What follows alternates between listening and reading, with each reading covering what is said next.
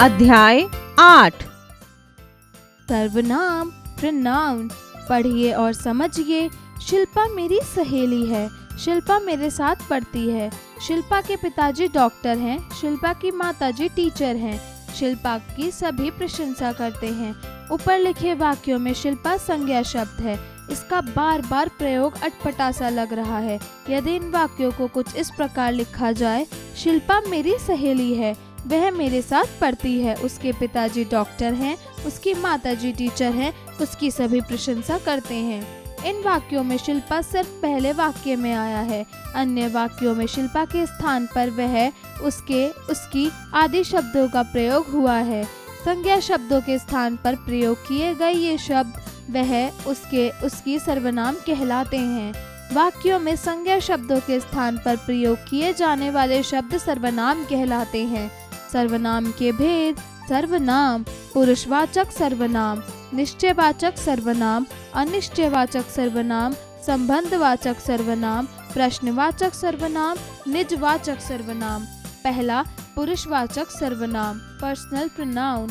जो सर्वनाम शब्द जिन्हें बोलने, सुनने अथवा अन्य किसी व्यक्ति के लिए प्रयोग किया जाता है, पुरुषवाचक सर्वनाम कहलाते हैं। जैसे तुम, मैं, हम, वह आदि।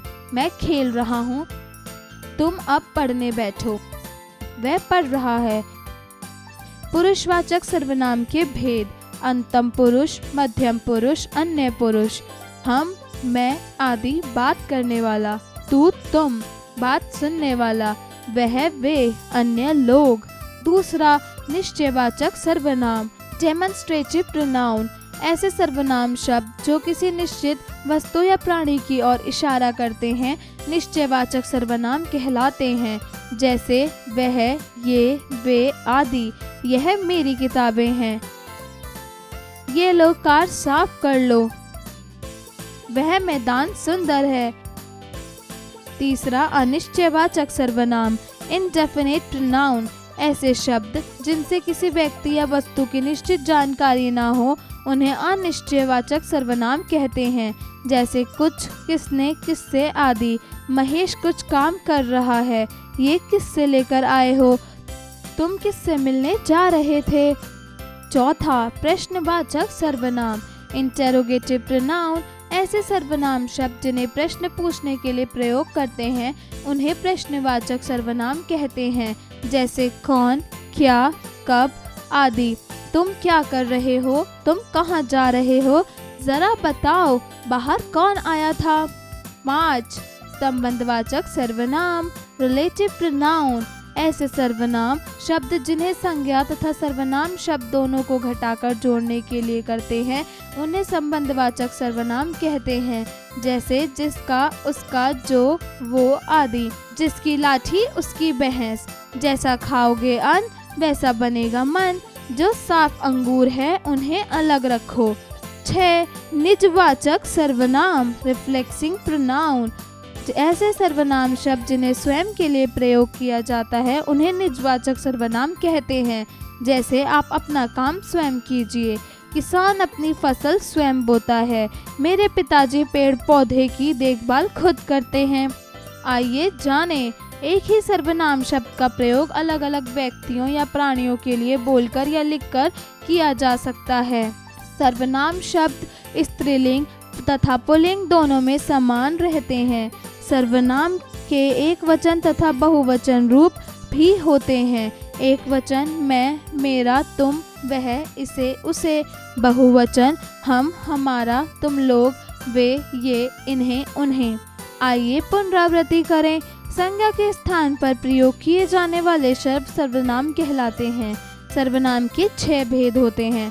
पुरुषवाचक सर्वनाम, पुनः 3 भेद: उत्तम पुरुष, मध्यम पुरुष, अन्य पुरुष। निश्चयवाचक सर्वनाम, निश्चित प्राणी व वस्तु के लिए। अनिश्चयवाचक सर्वनाम, अनिश्चित प्राणी वस्तु के लिए। प्रश्नवाचक सर्वनाम, प्रश्न पूछने के लिए। संबंधवाचक सर्वनाम, एक दूसरे से संबंध बताने के लिए। निजवाचक सर्वनाम, स्वयं के लिए। अध्यापन संकेत, शिक्षक शिक्षिका बच्चों को सर्वनाम के रूप में परिवर्तन संबंधी जानकारी से अवगत कराएं।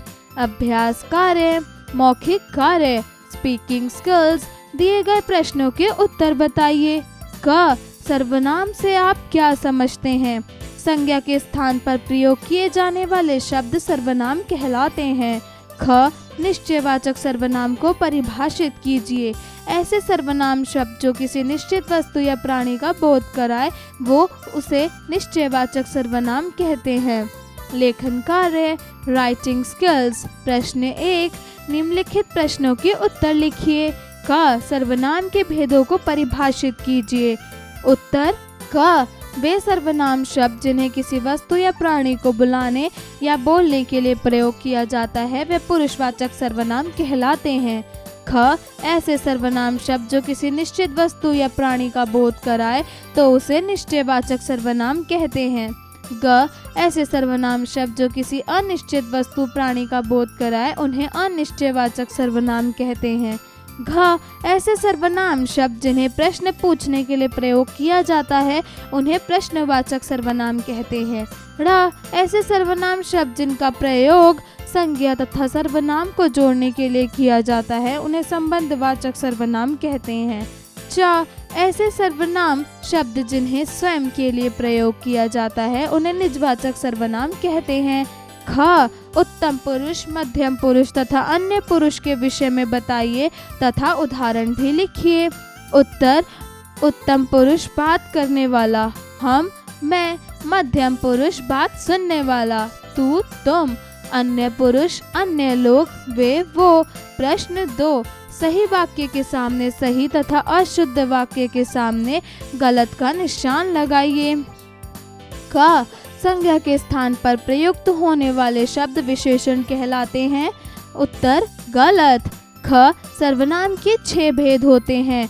उत्तर: सही। ग, पुरुषवाचक सर्वनाम केवल एक व्यक्ति के विषय में बताता है। उत्तर: गलत। घ, तू शब्द का प्रयोग अपने से बड़ों के लिए किया जाता है। उत्तर: गलत।